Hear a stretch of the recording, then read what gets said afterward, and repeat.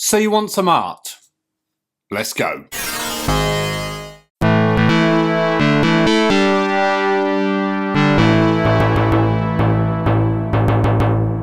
Hello. Look out, it's the Golden Demon again. We've seen this gentleman a few times in recent videos. He's one of our favourite Games Workshop mascots. Again, I think this piece was painted by Bob Naismith, but I'm not 100% certain of that. If you can confirm or deny it, please let us all know. So this piece of art was featured on one of the old Citadel paint sets. In this case, it was the Expert paint set. The Expert paint set was a little different as it contained inks and not paints. Also, fun fact, I felt I wasn't allowed to buy this one as a kid as I didn't consider myself an expert. And that's an example of bad branding there. In this picture, the Golden Demon is sinking up past his chin, literally drowning in paint. Is this perhaps a metaphor for drowning in painting jobs we all still have left to do? I think we all feel like this sometimes. We're up to our necks in unpainted miniatures. The little blue goblin on top of the Golden Demon's head, I think we referred to him as Billy before, looks scared. He looks like he does not want to be lowered into that paint. He actually looks pretty terrified. A bit like the shoe that gets dunked in the dip in Who Framed Roger Rabbit, a scene that scarred me as a child. And execute him.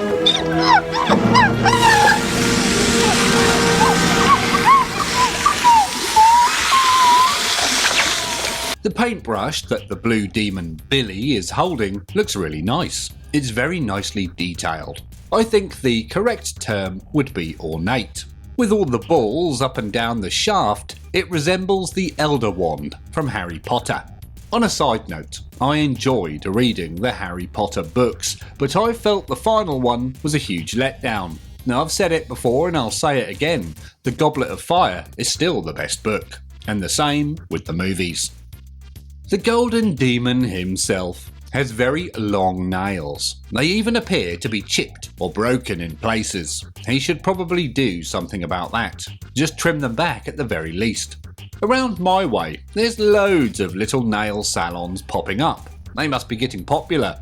Not as many as hairdressers though, or charity shops. Those are everywhere. Have any of you guys ever had your nails done? I think when they do that, they use some sort of acrylics or gels to do it. I wonder if that stuff they use is similar to our hobby paints. We should get Mrs. Snakeworks up in here and ask her. I think she has her nails done from time to time. Hold on, my microphone's in the wrong place.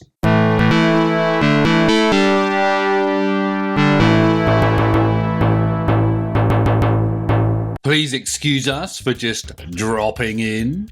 Here we can see some Imperial Guard assault troopers taking on some space orcs by one of my favourite Warhammer 40,000 40k artists, Paul Bonner. If you've seen a few pieces of old Imperial Guard themed artwork, you'll notice these gentlemen are wearing typical Imperial Guard attire of the time, just with added jump packs. It's the tried and tested combination of fatigues, flak jackets, boots and helmets. A great look, a timeless classic if you will. Unlike the later Cadians, which look a lot more generic and not as much fun. The Assault Guardsmen are equipped with a pair of pistols, as was the norm for Imperial Guard assault squads back in the Rogue Trader era. It's a bit of a weird loadout, isn't it? I'm not sure if they had the option to take close combat weapons either, but I'm sure one of you Rogue Trader experts out there can chime in on that one. The only unit I can think of these days that dual wields like that is the Space Marine Legion Moritats, and lots of people think they're cool. The Imperial Guard jump packs look a lot like normal Space Marine backpacks. Actually, they look very similar to the ones the Chaos Marines like to fiddle with. What are they? Anvilus pattern or something? The ones where they have big balls on the end of shafts. If you wanted to create these, then I reckon they'd be an easy kit bash, but getting the rules might be the hard bit.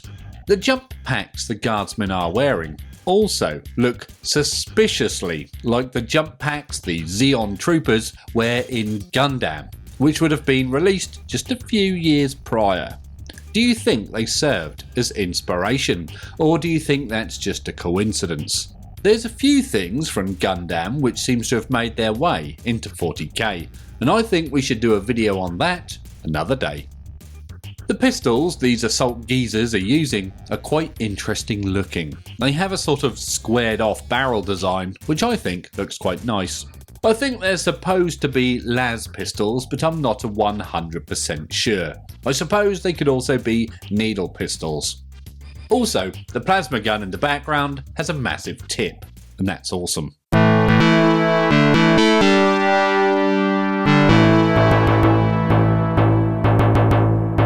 Here's something we don't see very often in the Rogue Trader era, a depiction of the Imperial Guard up against Eldar, this time again by Paul Bonner. Usually, in old pieces of Rogue Trader artwork featuring the Imperial Guard, we see the Necromunda spiders, or Necromundun spiders I should say. But I don't think these guys are. Have a look at their shoulder pads. They have what appear to be saber-toothed tigers on them. Was this another regiment back in the day? I can't say I recognise it. Along with the tiger faces, these guys also have some Harry Potter style lightning scar designs on them. Again, I don't recognise these markings. They do, however, look a lot like the ones from the vehicles in Megaforce. A great movie.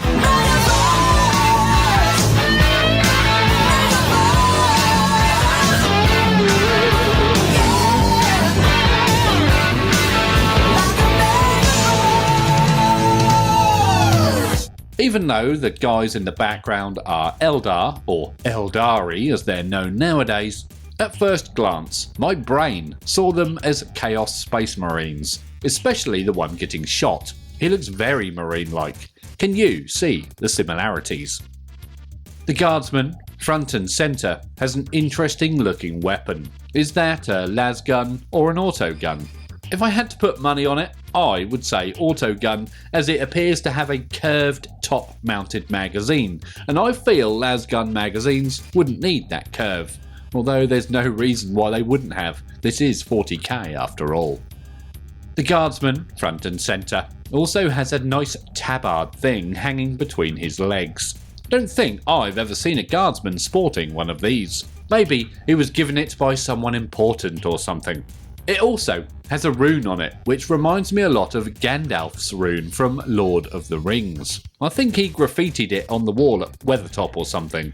It's been a long time since I read it. Now, fun fact, when I was a youngster, after reading The Lord of the Rings, I was fascinated with runes for about 5 minutes. I always thought it would be fun to write something out using them, but the alphabets that used to be in those books always seemed to be missing a few letters, so you couldn't quite make sentences from what I remember. Maybe I was misreading them or something. I was very young at the time, probably around 13-ish when I was reading Lord of the Rings, 14 perhaps.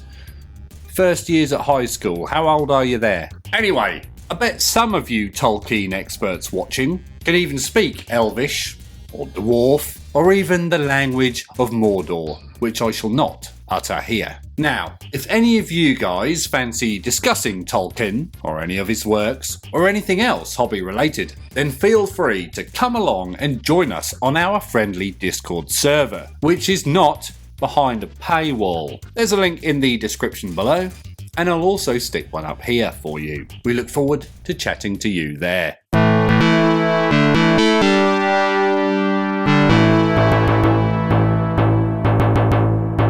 Welcome to the set of our new Imperial Guard themed movie, Saving Private Ryan.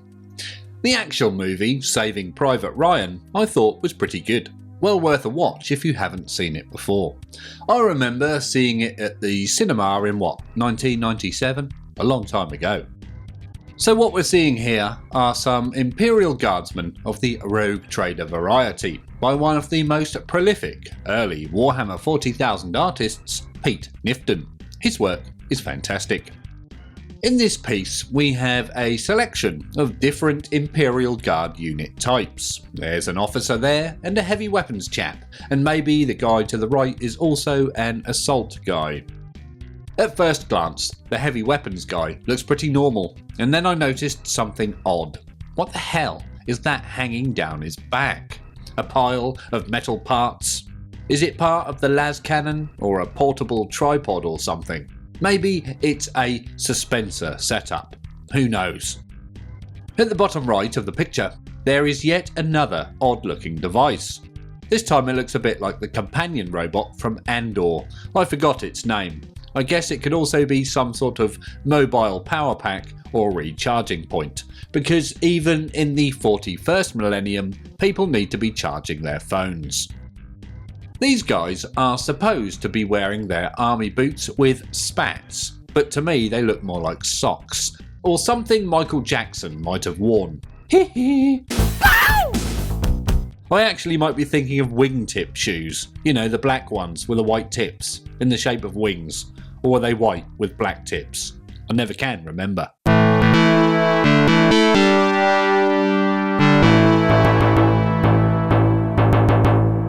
Look at these, aren't these lovely? So here we have 3 fantastic logos for Chaos, all of them by another wonderful artist, Tony Ackland.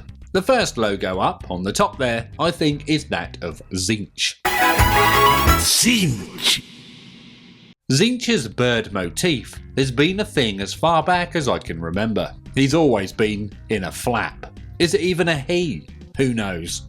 However, the eyes on stalks don't really strike me as a Tzeentch thing, but I guess it's not really a Khorne or Nurgle thing either, so we'll have to let that one slide. Whatever the case may be, it does look good. To begin with, I was unsure which of the gods the second logo there represents. It looks a bit fungal, like some sort of angry mushroom, and then I remembered some Tzeentch Marines had upside down mushrooms for legs, so this must be Tzeentch too, right? Mushrooms for legs, honestly. You know, the mushroom one actually reminds me of the frog monster from the old NES game Blaster Master. Or was it Master Blaster? Anyway, I had a book about it as a kid that made me really want to play it, but I never did though. I never had a NES. I had a Commodore 64, and then a Super Nintendo or SNES, possibly the best console ever made. The last of the 3 logos there is 100% Nurgle. There's a fly on there, and we all know flies love the smell of rot and decay and shit. On a side note, we had a fly in the house the other day, and my word was it annoying. Snakeworks Jr. thought it was hilarious when I tried to usher it out of the back door, but we did get there in the end though. The dirty fly is standing on a pile of filth, a pile of muck, which isn't surprising because Nurgle loves this sort of thing. But what is this stuff it's standing on exactly? Warp essence? Pus? Blood? You decide. Now I've always felt, you might do too, or you might disagree, that Nurgle nowadays seems to get far too much of the spotlight compared to the other Chaos gods. Is Nurgle the one that sells the most miniatures? Is he the most popular god? The most bankable? Now when I was a lad, Khorne used to be the most popular god by a considerable margin. Everyone was into Khorne, the blood god. Or is it the god of blood? It is a blood god, isn't it? But it's strange how things change over time. I myself have always had a soft spot for Slaanesh, or Slaanesh, if you pronounce it the other way. I think Slaanesh is great, and he also has a really good logo. Now speaking of things that are good, if you're enjoying this video, then please consider liking it and subscribing to the channel. That means you, Robert. If you are enjoying the content on the channel, then please consider joining us on Patreon, the link to which is in the description below, or up here somewhere. Or you could even become a channel member, which is becoming all the rage these days. Again, there's a link to that in the description below.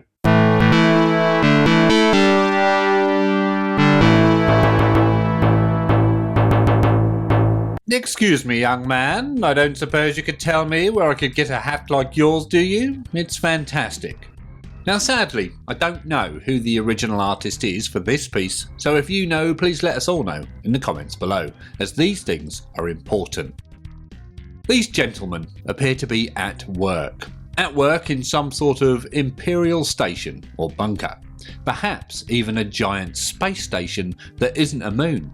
We could call it something interesting like the Dying Sun, and that actually sounds like a good name for a band. The helmets the sitting guys are wearing look a bit like Death Star operator helmets to me.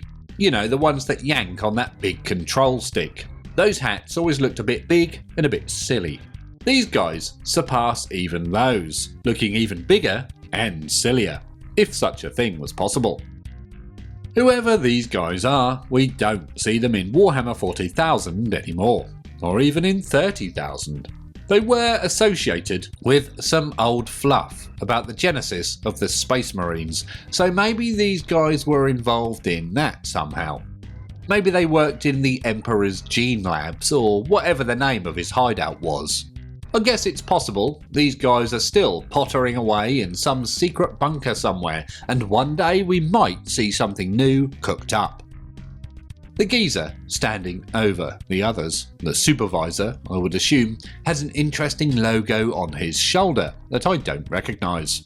I'm going to have a guess and say this is the logo of the Gene Labs project, and can we please get a t-shirt with that on somewhere?